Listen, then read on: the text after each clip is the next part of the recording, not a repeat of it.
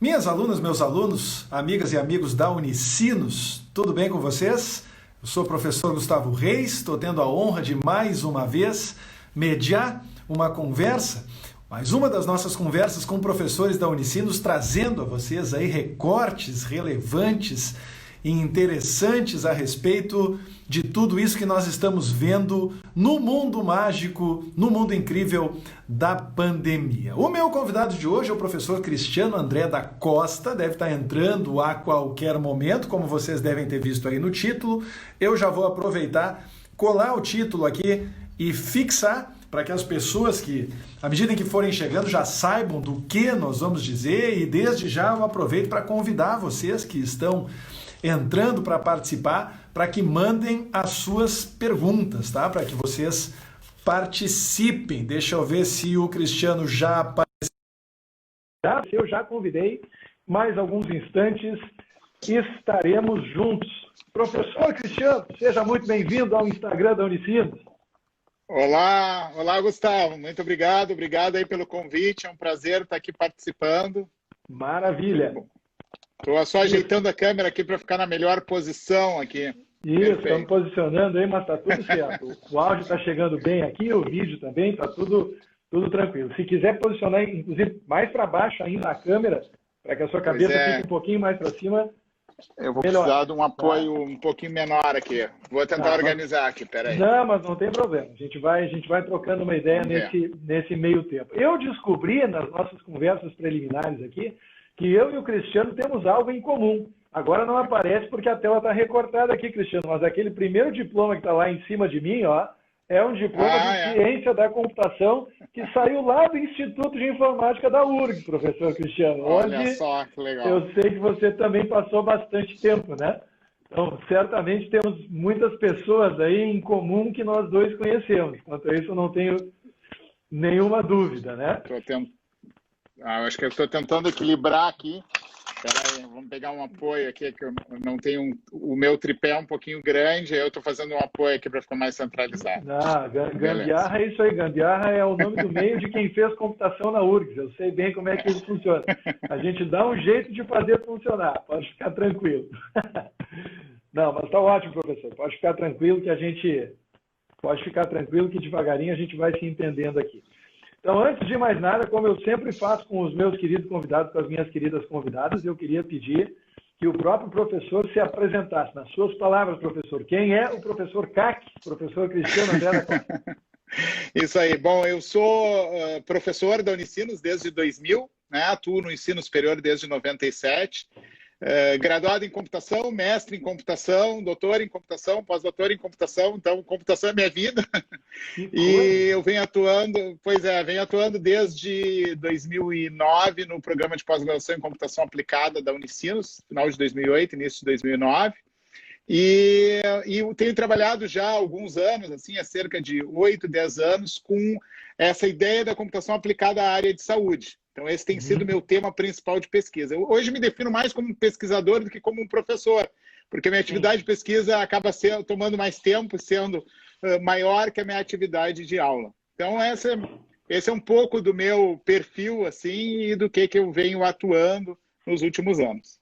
Eu nem lhe consultei, mas pedi uma licença poética imaginária para fazer um textinho que eu publiquei nas minhas redes sociais agora. Não, ficou jóia, eu vi. Faz uma meia hora. Então, só resumindo, para vocês saberem, professor Cristiano, professor titular, pesquisador do programa de pós-graduação com atuação na linha de pesquisa de internet das coisas e aplicações distribuídas. Vou querer falar sobre isso também, professor, porque eu sei que muita gente ouve falar nessa história de internet das coisas, já usa muitos dispositivos que estão mandando dados o tempo todo para servidores, né, que vão colecionando essa montanha de informações a nosso respeito, sem saber do que se trata. E o que eu achei legal mesmo foi essa trajetória de bacharelado, mestrado, doutorado em computação, Cristiano, e mais tarde um pós-doutorado em engenharia biomédica, que é um tema super efervescente, mas também, né, de que pouco, né, a maioria das pessoas sabe dessa convergência entre a computação e a biologia. Até porque, normalmente, quem escolhe computação em nível de graduação escolhe também por horror à biologia, né? Muitas vezes a pessoa não gosta das duas coisas ao mesmo tempo. Então vamos aproveitar esse gancho e já lhe consultar. Como é que funciona essa área da engenharia biomédica? A que os engenheiros biomédicos se dedicam? Perfeito. A engenharia biomédica é uma mistura da biomedicina com a engenharia, né? Envolve vários aspectos aí, engenharia elétrica, engenharia eletrônica, engenharia da computação. Então, os aspectos mais de engenharia mesmo vão lá no hardware. Então, desenvolver biosensores, desenvolver implantes, desenvolver, por exemplo, uma lente para o olho, que a pessoa melhora a visão e tem uma eletrônica embutida. Essa é a parte da engenharia. Eu estou na fronteira da engenharia mais alta, que é a parte do software. Porque para esses componentes funcionar, eu preciso de um programa, eu preciso de um software.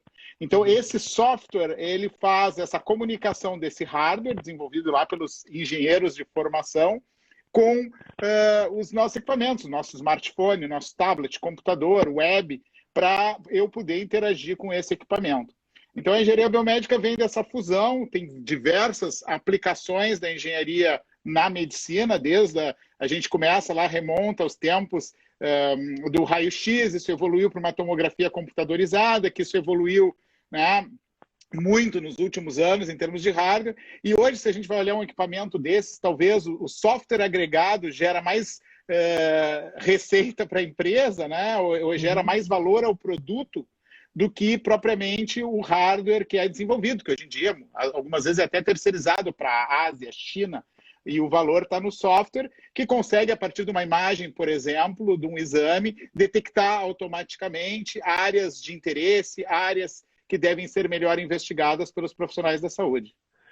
É muito interessante esse pensamento, né, professor? Porque eu fico pensando que a gente está testemunhando cada vez mais o surgimento, e aí, né, claro, vamos falar de software, né, produzido para consumidores, né, que não é necessariamente o público-alvo do software a que você e os demais pesquisadores se dedicam, né, cujo desenvolvimento é o objeto de interesse de vocês.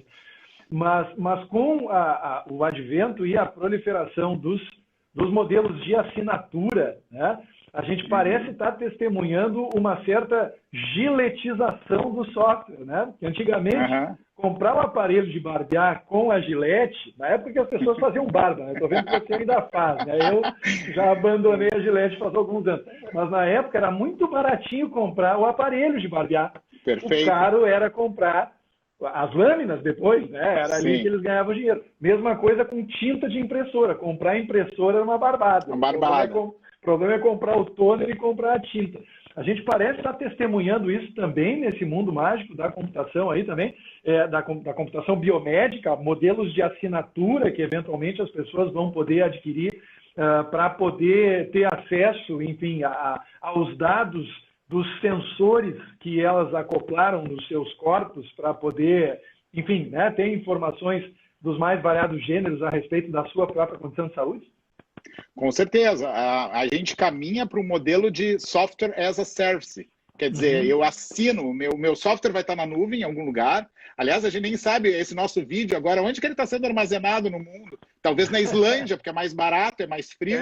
Talvez no Alasca, a gente não sabe. A internet, a computação, de certa forma, é isso hoje. É um serviço que armazena os dados em algum lugar e a gente assina por esse serviço. Então, falando da saúde, um serviço interessante é o nosso prontuário eletrônico. Como é que é o nosso prontuário eletrônico hoje? A gente, lá no hospital onde eu nasci lá em Pelotas, na Santa Casa de Misericórdia de Pelotas, provavelmente certamente meu prontuário eletrônico começou lá. Aí depois eu fui num pediatra, eu fui no médico aqui, fiz um exame ali, fiz internações em hospitais, fui na emergência hospital, tudo isso vai formando meu prontuário. Mas esse prontuário hoje ele é espalhado. Eu não consigo ter uma visão unificada dele. Então, talvez um serviço interessante, e a gente talvez vai evoluir para essa linha, é o que a gente chama de prontuário eletrônico pessoal. Então, a pessoa tem um app, por exemplo, no smartphone, que ela consegue interagir, consegue ver de uma forma unificada todo o prontuário eletrônico dela. E ela consegue enxergar desde lá do nascimento, as consultas no pediatra, até as evoluções mais recentes. Essa é uma das questões que a gente trabalha. E isso é um serviço, né? É um modelo, vamos dizer assim, comparável com esse serviço, porque, primeiro, eu não tenho esses dados locais no meu computador ou no meu smartphone. Eles estão em algum lugar, eles estão numa nuvem, eles estão espalhados em diferentes data centers. Eu preciso eu preciso ter acesso a esse dado na forma de um serviço. E hoje é comum, por exemplo, se eu vou fazer um exame de sangue, o resultado vai estar disponível para mim via uma URL que eu acesso via web. Né? Uhum. Então, esse software, na verdade, ele acaba virando um serviço que a pessoa utiliza. Até para quem vai montar uma startup hoje, né? Antigamente a pessoa precisava comprar servidor, comprar computador, comprar uma série de licenças de software. Hoje não. Hoje ela pode ir contratando esse serviço à medida que ela escala. Aliás, ela pode começar usando talvez um serviço gratuito de nuvem, que tem um capzinho, né, que define um limite, e a partir daí vai crescendo o serviço dela. A internet das coisas, a gente tem hoje muitos produtos sendo desenvolvidos, né, até sem fazer propaganda, mas tem o pessoal que tem problemas de diabetes, agora tem aqueles sensores que pode usar para controle contínuo do nível de insulina no sangue, da glicose. Então, esses dados, né, eles estão sendo coletados e eu tenho um aplicativo, eu assino um serviço que eu vou tendo essa informação constantemente. Então, em vez de eu ter que toda hora medir minha glicose, ela vai ser medida constantemente, meu celular avisa, olha, tua glicose está baixa, eu recebo uma notificação, que nem eu recebo um WhatsApp. Então, a minha glicose está baixa, você tem que repor a insulina, a glicose está alta, enfim. E eu posso ir controlando isso em tempo real. E o modelo disso é muito serviço, né? Uhum. Olha, de uma coisa eu tenho certeza, não é em Porto Alegre que o Instagram armazena essa live aqui, professor. Não se atreveria, né? Vamos combinar. Nunca vi 12 horas de temporal na véspera dessa live aqui. Vou te contar. E eu estava pensando aqui, sabe que eu sou do tempo em que a gente, quando mudava de dentista, olha só, a gente vai se fossilizando ao longo da vida, né, professor? Uhum. Eu sou do tempo que a gente ia no dentista e quando mudava de dentista, o dentista novo ligava para o antigo e dizia, o senhor poderia me ceder a ficha do paciente? Quando é que se imagina uma coisa dessas acontecendo nesse novo cenário?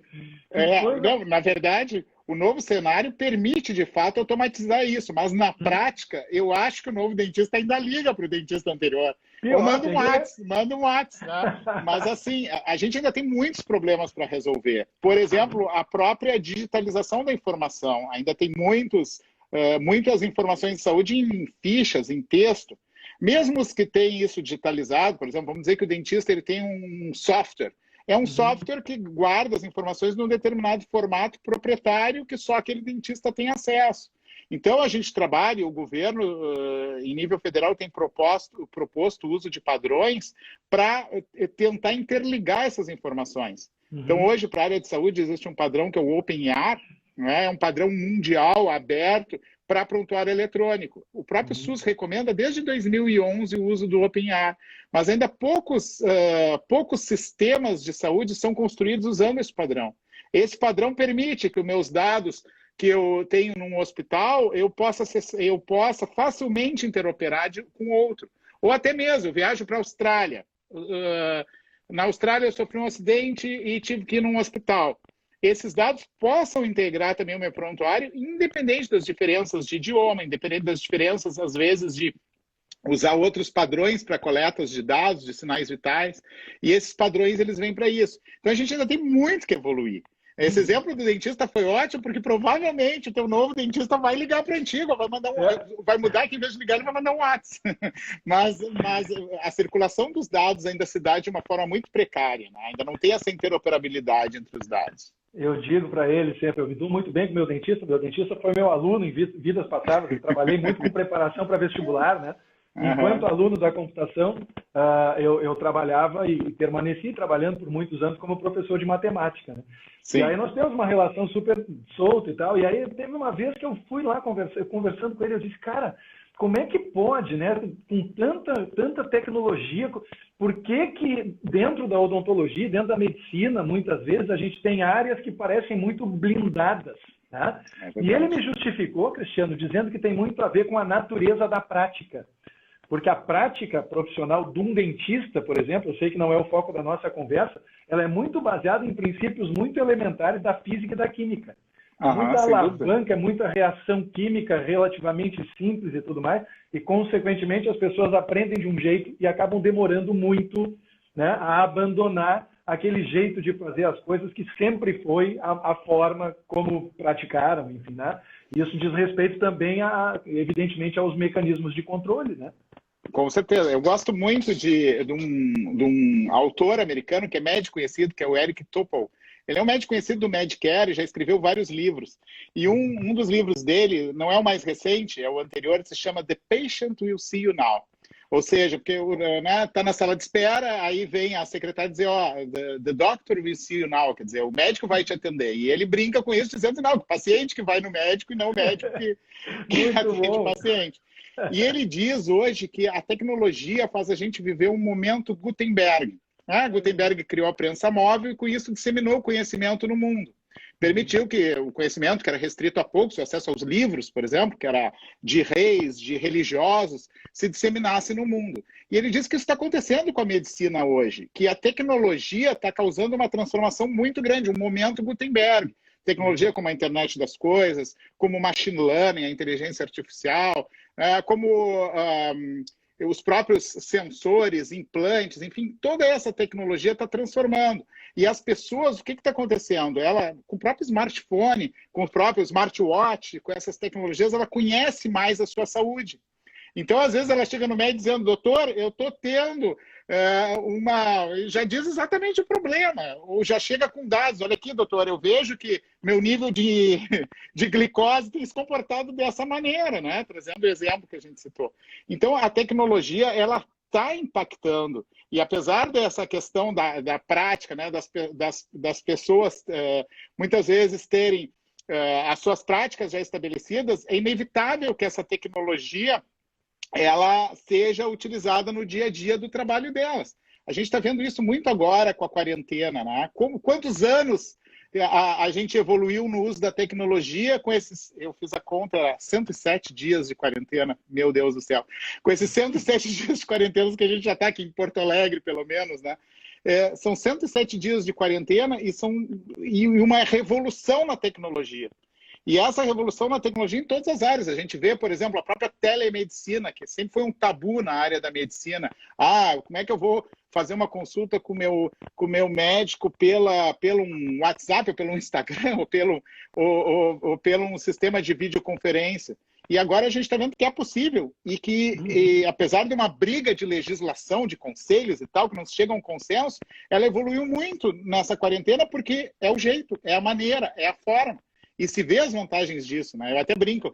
Tenho muitos amigos, né? E eu mesmo já fiz isso, que vão a São Paulo para reunião, né? Perde um dia inteiro, vai ao aeroporto, vai a São Paulo, precisa da reunião, volta. Agora eles viram que dá para fazer isso em 40, no tempo da reunião, usando um Zoom, usando um WhatsApp, usando um Skype, etc. Então, e isso está mudando. A própria tecnologia agora é robusta o suficiente para isso. O smartphone é uma ferramenta que todos temos, até eu brinco, né, nas palestras para o profissional da saúde, qual é a ferramenta que o profissional da saúde sempre tem com ele? Aí o pessoal diz, às vezes, estetoscópio, né? Tem aquela foto clássica. Eu digo, não, é o smartphone. E o smartphone pode ser um estetoscópio, e o smartphone pode ser uma ultrassonografia portátil, né? A ecografia portátil, que é o grande ferramenta diagnóstico da vez. Enfim, o smartphone está evoluindo. E a tecnologia está presente nesse dia a dia dos profissionais, né? Sabe que eu tenho uma filha de 1 ano e 4 meses, vai fazer 1 ano e 5 meses agora, Cristiano.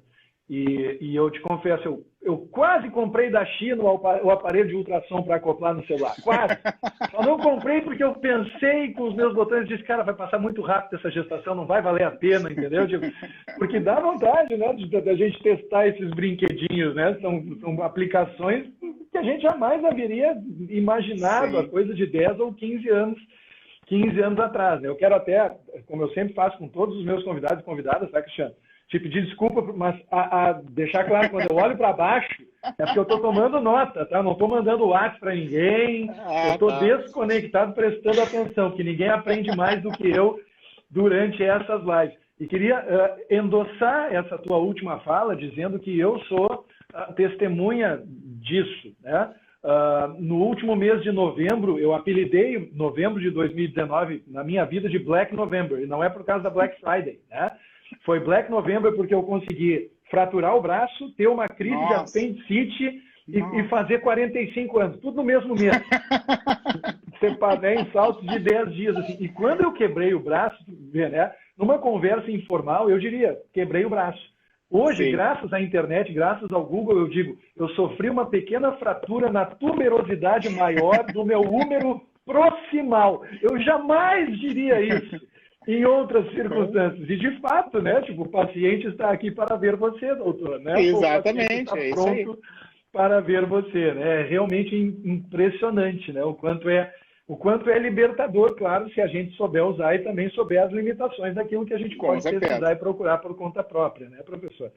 Mas vamos lá, indo para os nossos temas de hoje e já incentivando as pessoas a participarem. Como sempre, eu homenageio o meu convidado com um card. Estou conversando aqui com o @CacCac, procure no Instagram para seguir o professor Cristiano André da Costa. Eu sou o professor Gustavo Reis, muito obrigado pelo prestígio. Você está no Instagram da Unicinos, mande a sua pergunta, use o card de perguntas, inclusive, que fica aqui logo abaixo, ao lado do campo de comentários. Você tem um ícone com um pontinho de interrogação. Se você mandar a pergunta por ali, eu posso mostrar sua pergunta na tela e fica mais fácil de eu perceber que você mandou uma pergunta.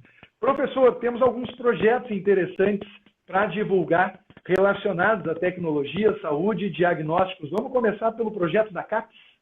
Isso aí.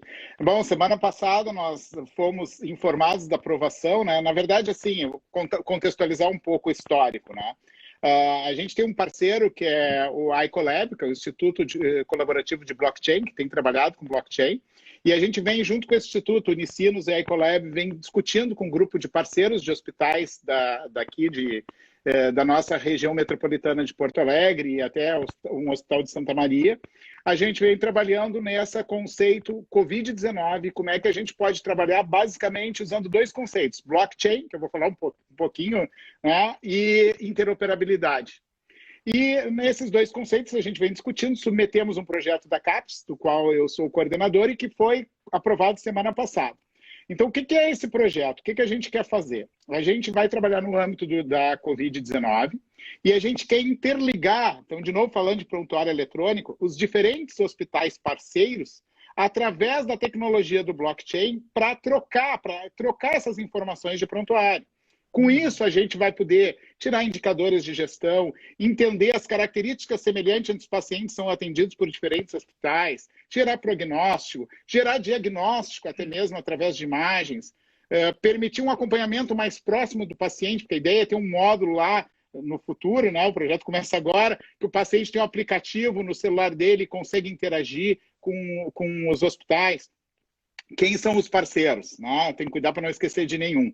Mas o Hospital de Clínicas de Porto Alegre, que a gente já vem trabalhando com eles em blockchain já há alguns anos, Hospital Moinhos de Vento, Irmandade Santa Casa de Misericórdia, Grupo Hospitalar Conceição, Hospital Universitário de Santa Maria, Hospital Ernesto Dornelles, também aqui de Porto Alegre, e a Unimed Central.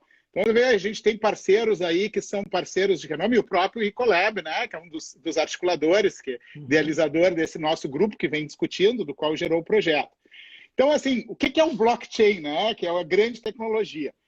Muita gente deve ter ouvido falar do Bitcoin. O Bitcoin é essa moeda digital que muita gente tem investido, né, que é uma moeda que ela nasceu diferente, porque ao invés de ter um país por trás, ou um banco por trás, é uma moeda totalmente distribuída, não tem um dono. Então, hoje, normalmente, quando a gente abre uma conta no banco, eu estou seguro que a minha informação é controlada por aquele banco, quer dizer, tem uma autoridade que entende da minha informação. O Bitcoin por trás do Bitcoin, foi criada uma tecnologia chamada blockchain, que permite que, ao invés de eu ter uma entidade central responsável, isso seja distribuído. Eu tenha várias entidades no mundo. E que isso possa funcionar de forma criptografada, com segurança, que ninguém vai roubar o dinheiro de ninguém ou alterar o saldo de alguém, e que eu não tenho que confiar numa única entidade. Então, nesse caso, a gente pode pegar todo esse grupo de hospitais e a Unimed, né, e a própria Unicinos, que tem interesse nesses dados para pesquisa, e está trabalhando para pesquisa, e outras universidades que possam se juntar ao projeto, e a gente ter esse blockchain garantindo a segurança no compartilhamento das informações do prontuário eletrônico dos pacientes e não necessitando de uma autoridade central, não necessitando de um ponto central que garante a autenticidade dos dados, que valida toda a informação que é adicionada nessa rede. Então, o blockchain é uma grande revolução em sistemas distribuídos, na forma de conectar diferentes parceiros de maneira segura, de maneira criptografada, de maneira a garantir a integridade desses dados que circulam. Então, esse foi o primeiro problema que a gente começou a trabalhar. Olha, a gente tem que interligar esses dados. E a segunda questão que a gente trabalhou, é a interoperabilidade. Como eu falei lá no exemplo do dentista, que foi muito bom, cada dentista ou cada hospital tem o seu próprio sistema de informação com os dados armazenados num formato. E nessa rede blockchain nós vamos circular esse formato aberto, que eu falei, que é o OpenAI. Então a gente vai ter que, de certa forma, converter esses dados dos hospitais para o OpenAI. Então a gente já falou aí de blockchain, falou de OpenAI e ainda entra a inteligência artificial, o famoso machine learning, né? Aprendizado de máquina. Também uma explicação bem leiga, assim, antigamente a gente dizia, né, quando fez computação, Gustavo, a gente dizia para o computador o que fazer, né? A gente dizia, faça isso, se isso for verdadeiro, faça aquilo, se for falso, faça aquele outro. Hoje a gente não diz mais para o computador o que fazer, porque não dá. O problema é muito complexo. Eu não consigo fazer um programa para dizer como ele deve dirigir um carro. É impossível. São muitas situações. Então, o que a gente faz? A gente expõe o computador a um conjunto de dados. Por exemplo, ele assiste bilhões de horas de pessoas dirigindo. Ele assiste bilhões de situações de direção. E a gente usa uma técnica conhecida, um programa conhecido para tratar esses dados. Por exemplo, a gente usa uma rede neural artificial, que é a forma que o nosso cérebro faz sinapses para aprender as coisas. Então, o computador simula um cérebro muito pequenininho. Muito pequenininho. Claro, com o avanço de tecnologia, o cérebro é capaz de crescer e ficar do tamanho do nosso. Por que não, né? Sim, mas claro, esse cérebro a gente vai ter. Então, o algoritmo é conhecido. É o algoritmo que, de certa forma, o nosso cérebro trabalha. Não existe só redes neurais, existem outras técnicas, algoritmos genéticos baseados lá na teoria da evolução de Darwin. Existem várias outras, mais estatísticas, né? Mas a rede neural é um bom exemplo. Então, a gente vai treinando essa rede, vai criando a sinapse e ela vai aprendendo. Ela pode aprender a gerar um prognóstico, ela pode aprender que, a partir desses dados, ela sabe quais são os gargalos para a região metropolitana de Porto Alegre, por exemplo, relacionado com o Covid-19, quais são os principais sintomas, quais são as correlações, as comorbidades, né? Uma pessoa que tem diabetes tipo 2 tem mais chance de ter, de ter um caso mais grave de Covid-19. Então, a gente começa a estabelecer essas relações. Então, a ideia é usar esse machine learning, esse aprendizado de máquina, expor uma rede neural artificial a todos esses dados, claro, dados de pacientes anonimizados, com toda a proteção. Ela não sabe quem é o paciente, não sabe nenhum dado pessoal do paciente, ela só sabe os dados clínicos. Com esses dados clínicos vão sendo feitas ligações e vai se aprendendo e vai se descobrindo relações muito interessantes sobre a Covid-19, ou algumas que se conhecem, ou que se imagina, mas que não têm ainda uma comprovação científica, outras totalmente novas, por que não? E a gente pode, inclusive, traçar um mapa, entender regiões, entender relacionamentos, porque às vezes um paciente vai, por exemplo, no Clínicas, outro paciente vai na Santa Casa. Muito bem. Mas aí os dados da Santa Casa estão na Santa Casa e os dados do Clínica estão no Clínica. Nós vamos combinar esses dados e vamos treinar essa rede com esses dados. E ela pode indicar características muito interessantes da correlação entre dados clínicos, entre dados de pacientes que foram a instituições totalmente diferentes. A mim é mais difícil conversar com alguém da computação porque o meu cérebro parece que vai explodir.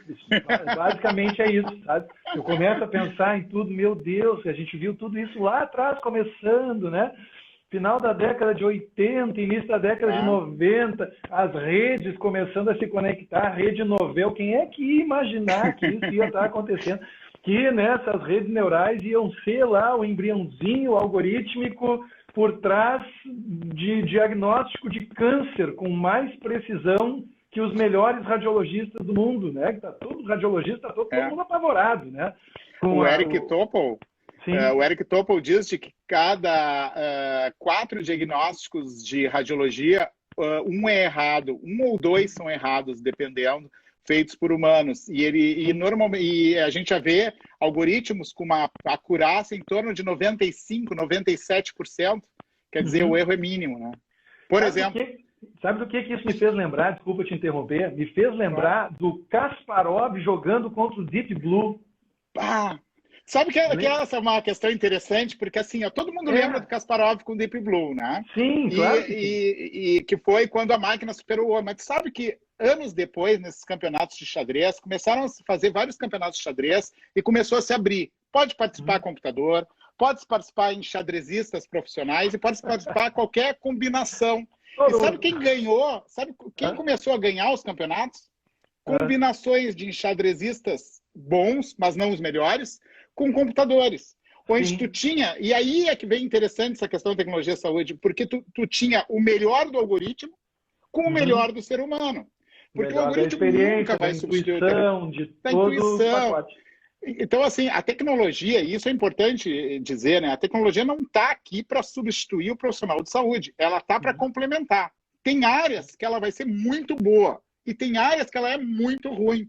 Então, a ideia da tecnologia é fornecer um conjunto de informações e ajudar naquilo que ela é boa, aquilo que é estatístico, que é matemático, que pode ajudar ou pode subsidiar o médico para a tomada de decisão.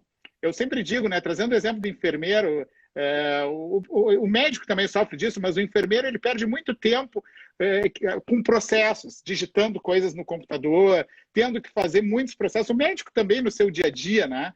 E isso é tempo que ele perde de atenção humana. Que bom que a gente possa dar mais tempo para ele trabalhar na atenção humana e que a computação possa ajudar. Por exemplo, a gente vive o momento dos IPAs, né? Os Intelligent Personal Assistants. Por exemplo, a Siri, o Now, a Alexa, né? Que entrou forte no Brasil, né? Então, assim, hoje, por que não o médico, em vez de ele ter que digitar as coisas enquanto está fazendo um diagnóstico, o enfermeiro está lá, copia, às vezes anota na planilha ali para depois ter que botar no sistema, por que a gente não pode usar mais a voz? Por que não pode ir falando, né, fazer um diagnóstico falado, fazendo anotação e isso virar já um texto? Aliás, não um texto, uma informação estruturada no padrão OpenAI dentro do prontuário do paciente. Tudo isso é possível, né? Claro que a gente diz, mas a Alexa, às vezes eu falo uma coisa, ela diz, não sei nada sobre isso. Claro, tem que evoluir, as coisas têm que melhorar, mas a tecnologia está evoluindo. O português é melhor reconhecido hoje do que era 3 anos atrás ou 4 anos atrás. Então, tem muitas possibilidades, como diz o slogan, tem infinitas possibilidades do que a gente pode fazer nessa área. E, aliás, falando especificamente com você, que é aluno, que é aluna da Unicinos e nasceu no ano 2000 ou depois disso, né, Cristiano, e não sabe do que nós estamos falando, procure no Google por Deep Blue, tipo azul profundo, Kasparov. Kasparov se escreve com K, tá? E você vai ler uma história, tem até documentário, Netflix e tudo, né? É muito legal essa história, né, Cristiano? Porque foi um primeiro momento mágico da década de 90. Eu me arrepio de lembrar nisso, porque me traz lembranças maravilhosas. Na década de 90, em que a IBM montou um supercomputador para enfrentar aquele que alegadamente foi o maior campeão de xadrez da história, né? Sujeito que se chama Garry Kasparov, numa época, Cristiano, vai lembrar disso também, em que a 0 Hora publicava jogos de xadrez, tabuleiros de xadrez, para a gente tentar pensar. Imagina, uma coisa inimaginável hoje em dia, né? É uma pena que isso parou de acontecer, porque o xadrez a gente sabe que só tem benefício, né, para quem se debruça sobre os tabuleiros durante algum tempo. E eu fiquei pensando nisso especificamente, justamente como um paralelo em relação ao que está acontecendo. Eis que chega um momento em que a força bruta representada pelos computadores, pela tecnologia, naquilo em que ela é boa, é uma força tão colossal, tão brutal, que ela não encontra mais paralelo na espécie humana. E eu imagino que seja disso que nós estamos falando, quando nós falamos não só de sistema de direção automatizado, mas também na outra ponta dos diagnósticos de saúde. Com certeza. É mais ou menos por aí. E é irreversível, na verdade. Não adianta, talvez, assim, algumas especialidades médicas vão mudar. Algumas vão mudar, talvez, aliás, não só médicas, de todas as áreas, né? Próprias especialidades da computação.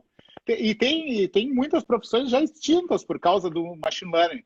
Vou dizer analista de crédito. Qualquer máquina hoje, um algoritmo é muito melhor na lista de crédito que uma pessoa fazendo conta numa HP 12C lá.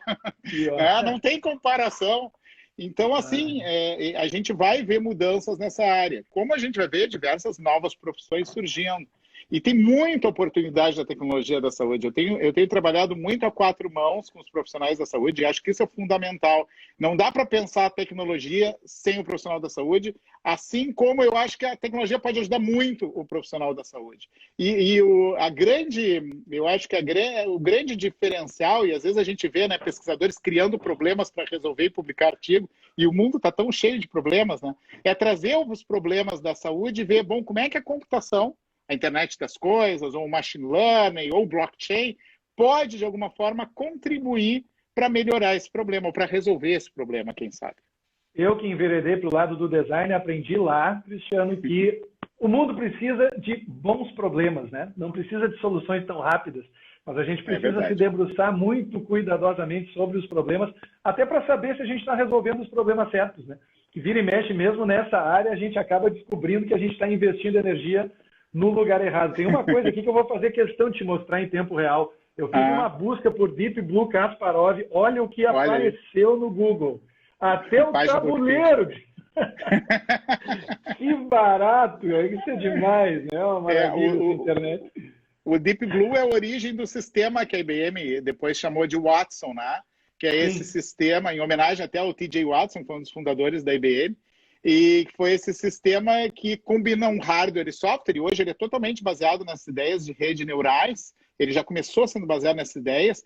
Aliás, se a gente pega as ideias de IA, são dos anos 60, mas a tecnologia para implementar uma rede neural ela é muito mais recente, ela é dos últimos anos. E é o que tem permitido justamente essa grande revolução que a gente vive hoje, né? Sabe que eu converso bastante com um contemporâneo nosso de ciência da computação, Dr. Luiz Lambi, secretário de Ciência, Tecnologia e Inovação. Já entrevistei ele, inclusive, eu tenho live que eu faço no meu canal, e eu entrevistei o Lambi recentemente. E tivemos algumas conversas, não só durante essa entrevista, mas também antes disso, né? E eu converso muito com ele, até porque eu me dediquei ao longo desse tempo todo mais à educação do que à informática, então a gente acaba trocando umas figurinhas nessa área, né? Em como a gente faz para preparar os alunos e alunas de hoje em dia para profissões que não vão existir daqui a 5 anos ou 10 anos. Né? E é essencialmente isso que a gente faz hoje em dia, até porque tem toda uma questão burocrática, curricular, estrutural, que a gente não consegue, infelizmente, né, Cristiano, mudar de uma hora para outra. Mas é fato, essa gurizada precisava estar aprendendo a programar. A computação hoje, esses conceitos, eles são tão básicos como a matemática, a química, a física, a biologia. Então, a disciplina que eu tenho ministrado na Unicinos nos últimos anos é Tecnologia da Informação Aplicada à Saúde, né, para o curso de Medicina. E aí eu trabalho com programação, eu ensino eles a programar em Python na medicina. A maioria gosta, um ou outro reclama, professor Python. A minha esposa é médica, eu sempre lembro dela dizer o seguinte, Cristiano, ela fez medicina na URGS, uma disciplina que eu mais odiei no meu curso de medicina era de computação. Primeiro que eu tinha aqui no Campus do Vale, e a medicina toda aqui no Hospital de Clínica. Não, e subi 150 degraus. Subi os degraus todos, exatamente, todos aqueles degraus, correndo risco de vida às vezes, mas enfim, na época, né? E eu aprendi Excel, editor de texto, isso não era muito útil para mim, né? Excel não, é planilha, nem era Excel, na época eu acho que o Excel nem existia. Mas enfim, eu tento passar algo, eu digo para os meus alunos que assim, não é que a pessoa vai ser um grande programador. Alguns, inclusive, vão além e desenvolvem coisas fantásticas na disciplina e para a sua prática. Mas não é para ser um grande programador. Primeiro, é para entender um pouco o que é a lógica de programação, a maneira de organizar o pensamento. Segundo, para entender como o software funciona e poder pedir aquilo que precisa e das potencialidades. Então, eu acho que isso é muito importante. Eu acho que toda área deveria ter. A Unicinos, na nova graduação, tem o pensamento algorítmico, né? O raciocínio lógico algorítmico como uma base para vários cursos. E isso tem que ser assim, isso é importante, é um conhecimento importante. Aí você só diz, eu vou fazer psicologia, né? Eu tenho um cunhado da psicologia. e vou fazer psicologia e tal. Mas, pô, a computação pode ser útil de alguma forma.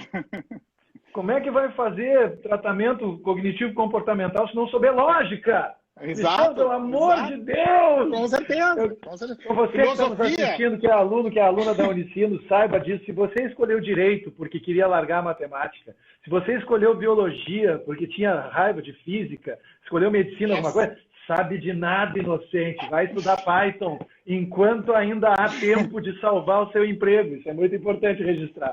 E esses dias eu estava, há um tempo atrás, conversando com o Padre Marcelo, nosso reitor, né? E eu dizendo, pô, Padre Marcelo, uma coisa que me surpreendeu foi que o primeiro evento na Unicinos que eu vi de internet das coisas foi organizado pela filosofia. E ele disse, mas eu fico surpreso, nada mais normal, porque a filosofia está por trás de tudo.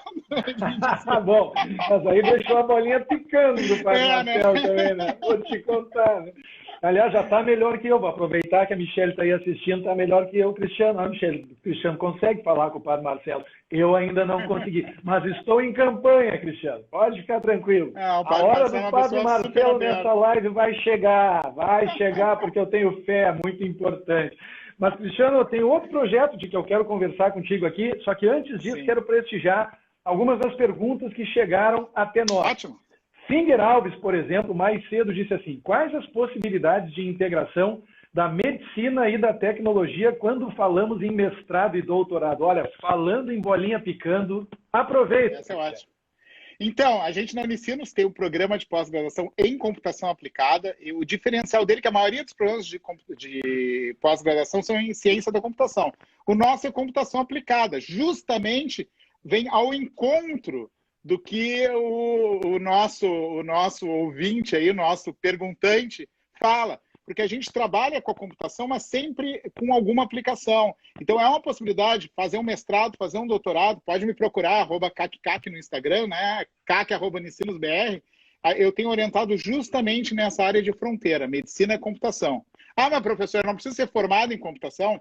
Bom, preferencialmente sim, se não tem que pelo menos programar, vai ter que aprender a programar, vai ter que fazer no mínimo um curso de programação, né? Tem muitos muito bons aí disponíveis, entender um pouquinho de programação, mas já é possível fazer. Então, assim, é uma área de fronteira. A computação hoje pode ser usado por qualquer profissional. E a gente tem alunos da letras, a gente tem aluno de áreas bem... A gente tem lá os hard skills e os soft skills, né? Então a gente tem, às vezes, alunos bem dos soft skills procurando mestrado e doutorado em computação.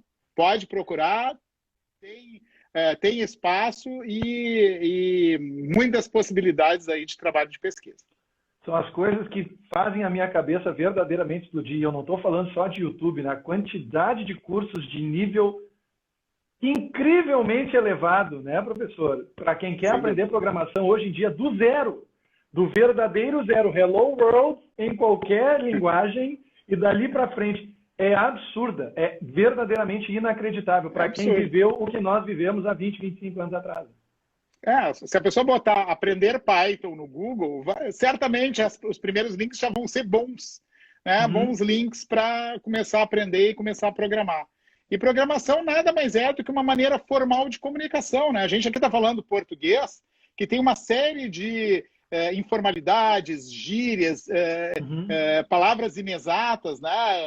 A gente tem várias coisas que são humanas aqui, o próprio, muitas vezes, a brincadeira, né?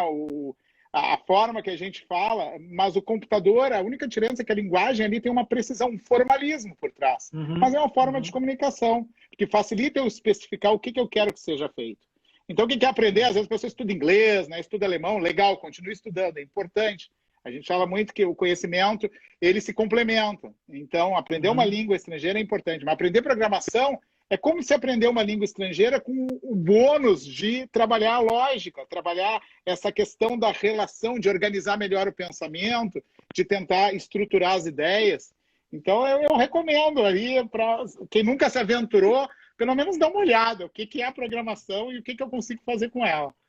Essa fala me fez lembrar que a disciplina que dividia as águas na computação da URGS, na graduação, professor Cristiano, se chamava compiladores. Quem passava em compiladores se formava. Era isso. Já ministrei essa despesa. Passou compiladores, o resto tá tudo certinho. Tá tudo tranquilo, agora só segue teu caminho em busca do teu canudo. Porque, olha, quando a gente chega naquelas árvores, a gente vê que o negócio é de verdade, não é de mentira. É uma disciplina que dá um certo trabalho, assim, para passar nela, né? Tem que bolar um compilador, tem que fazer um compilador que funcione, criar uma linguagem, né? É complicado. Mas quem vai programar em Python vai só usar, é bem mais simples que compiladores, não se assuste. Isso é a verdadeira licença poética, é dizer que compiladores dão um certo trabalho. Tá bom, tudo bem. Não vamos espantar os potenciais programadores, né, de compiladores, a turma da informática básica, né? Aquela turma do software que raiz. Mas assim, até para tranquilizar o pessoal, a nossa época de compiladores, né? Falar se fizesse 45 anos recente, então a gente mais ou menos passou pela graduação na mesma época. A nossa época de compiladores era mais raiz, hoje é mais Nutella, tá? Então é um pouco mais fácil, tem os ambientes, gráficos, você consegue programar arrastando coisas. Então, assim, isso evoluiu também. Desde que criaram as cores nos editores de texto para programação, professor, acabou o raiz. O pior é que não é. Nutella é a tela verde para encontrar onde é que está a variável que você esqueceu de declarar. E aí, 50 mil linhas de código. Mais que as cores é o seguinte, tu digita a letra P e já vem as opções de comandos com P. Aí eu clico Enter e preenche tudo. Então, assim, a pessoa hoje programar é muito mais fácil. Eu quero desabilitar isso aí. Desabilita a população automática aí que eu tô fora. Né? Isso aí não é para mim. Entrou outra pergunta aqui, professor. Assim, muito interessante. Estou curioso para saber a sua opinião também. Professor Cristiano, como você entende a Lei Geral de Proteção de Dados nesse contexto? Não, ela é fundamental, ela está entrando em vigor no Brasil, né? Ainda faltam algumas regulamentações, mas é importantíssima. É importantíssima. Se a gente pensar hoje, quanto dá para saber de uma pessoa, quanto dos nossos dados estão em algum lugar, em alguma máquina da nuvem, como a gente falou, na Islândia, no Alasca, onde quer que seja, e o quão importante é proteger essa informação. Imaginem um prontuário eletrônico armazenado digitalmente, né, e daqui a pouco pessoas tendo acesso indevido a isso. Imagina um possível empregador, antes de contratar o Cristiano, vai lá e olha aqui, o Cristiano, ele, vamos dizer, ele não teve cachumba e não tomou vacina, não é o caso, tá? Então, assim, ele tem um risco ali. Ou o Cristiano tem uma predisposição que, combinado pela rede neural lá, a chance, por causa dessas características dele, dos exames que eu estou vendo aqui, de ter uma expectativa de vida tal, ou de ser uma pessoa estressada, ou de ter um AVC, o que quer que seja. Então, a lei de proteção de dados ela é fundamental para garantir não só a segurança, mas também para punir aqueles abusos, né? Aquele vazamento de dados, aquele uso inapropriado dos dados. Então, vai usar para vender um seguro de saúde ou para aumentar o preço de um seguro de saúde, ou vai usar para definir se contrata ou não contrata a pessoa no emprego. Isso é fundamental. E também, por outro lado, é o seguinte, às vezes a gente acha, mas é muito mais seguro, a nossa informação está guardada dentro de vamos supor, uma clínica. Minha informação está super segura lá naquela clínica. Não quero botar na nuvem. Muito bem, mas será que a nuvem, com legislação por trás que garanta que aquele dado não vai ser usado para um diferente propósito do que o original, não é mais seguro que está dentro de um HD, de um computador, uma clínica, daqui a pouco vai lá alguém, um funcionário, por exemplo, instala, clica num link indevido e esse dado vaza para a internet, ou mesmo que não tenha internet, entra uma pessoa fisicamente. Eu tenho um amigo, não sei se conhece o Abduzido, né? O Abduzido ele tinha uma empresa grande aqui, né, de comunicação. Um dia eles foram almoçar, entraram na empresa dele e roubaram todos os HDs. Então ele não tinha mais nada. Tanto é que ele desistiu, foi para os Estados Unidos, hoje trabalha no Google, né? Mas ele sempre tinha os dados na empresa. Um dia foram para o almoço, voltaram, tinham roubado tudo. Ele não tinha mais história. Era um momento ainda que a nuvem estava iniciando, né? Não tinha muita essa coisa de colocar os dados na nuvem. Então, o que a gente precisa? A gente não tem como fugir da revolução, não tem como fugir da nuvem, não tem como fugir do serviço. Mas a gente tem que garantir certas responsabilidades sobre aqueles dados.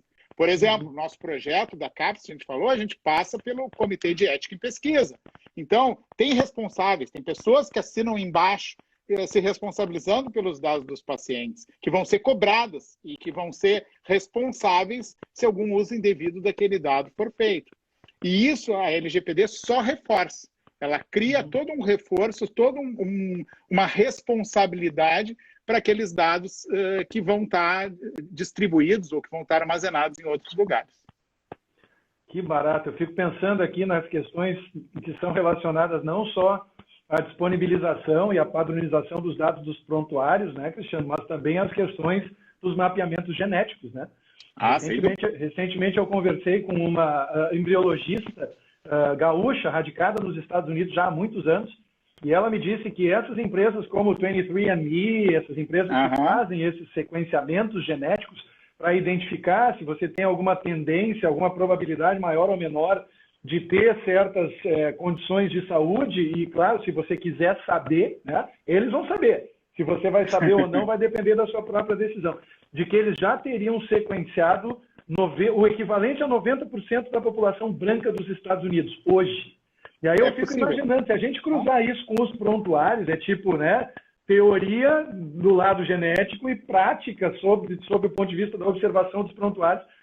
Se houver um uso inescrupuloso desses dados, a pessoa pode morrer na casca e pode não conseguir ser encaixada em virtualmente nenhum lugar a partir da leitura dessas condições, potenciais condições de saúde, que podem levar, como eu disse, o empregador inescrupuloso a decidir não contratar.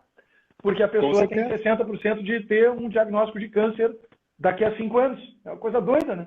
É coisa doida. Quando começou o 23andMe nos Estados Unidos, eles passavam um relatório detalhadíssimo para a pessoa que contratava. Então, ela recebia assim, você tem 17,8% de chance de ter câncer no pâncreas. Aí a pessoa começava a fazer exame. Pô, 17% é alto. Vou fazer exame. E sobrecarregou o sistema de saúde de uma forma brutal. E eles foram reduzindo e regulando. Mas, realmente, a LGPD tem que se aplicar a eles. Claro que, do ponto de vista epidemiológico, isso é fantástico, porque tu pode cruzar todos esses dados de DNA dos americanos com os dados clínicos e gerar uma informação muito valiosa. Porém, do ponto de vista da pessoa, a gente tem que ter um certo cuidado. Primeiro, não sobrecarregar o sistema de saúde com exames desnecessários, não criar pânico desnecessário. E a gente tem que cuidar muito a informação que é relevante naquele momento, que pode fazer diferença num tratamento antecipado, daquela que pode gerar histeria e sobrecarga ao sistema de saúde, né?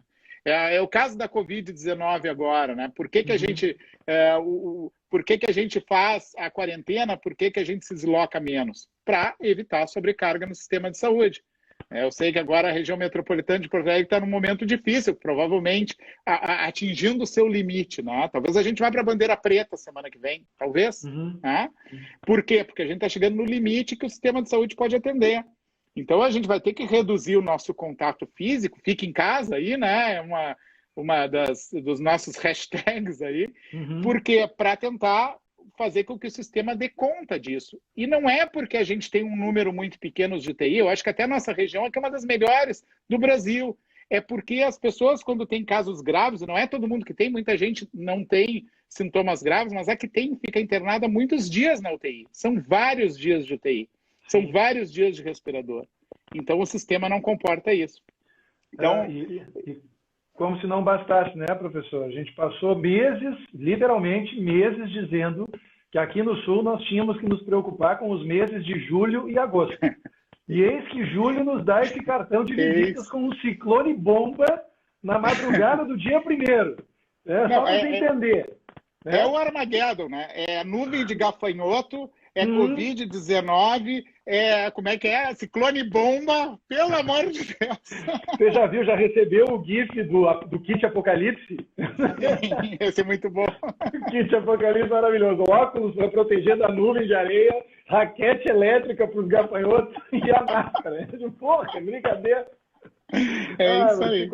Professor Cristiano, eu disse quando a gente conversou mais cedo, tem uma única certeza sobre essas lives, elas passam muito rápido. Nós já estamos com 54 minutos de transmissão e, portanto, temos que encaminhar a nossa aterrissagem antes que o Instagram nos cortes. Queria agradecer muito, queria dizer que hoje eu revivi bons momentos da minha vida acadêmica lá em 1991, quando eu entrei na faculdade, saí em 95. Mantenho contato com os meus colegas, é claro, é muito legal a gente conversar e até trocar, né, impressões a respeito de tudo isso que a gente viveu lá atrás, né, e do que a gente poderia ter adivinhado que está acontecendo hoje em dia. Mas é claro, né, nem o maior dos profetas poderia ter traçado um mapa confiável, né, que nos levasse até o ponto em que nós estamos hoje. Então, em meu nome especialmente, porque como sempre aprendo muito, tomo nota de muita coisa, e em nome da Unicinos, queria lhe agradecer pelo seu tempo, pela sua disposição em conversar com a gente e abrir o espaço para as suas considerações finais.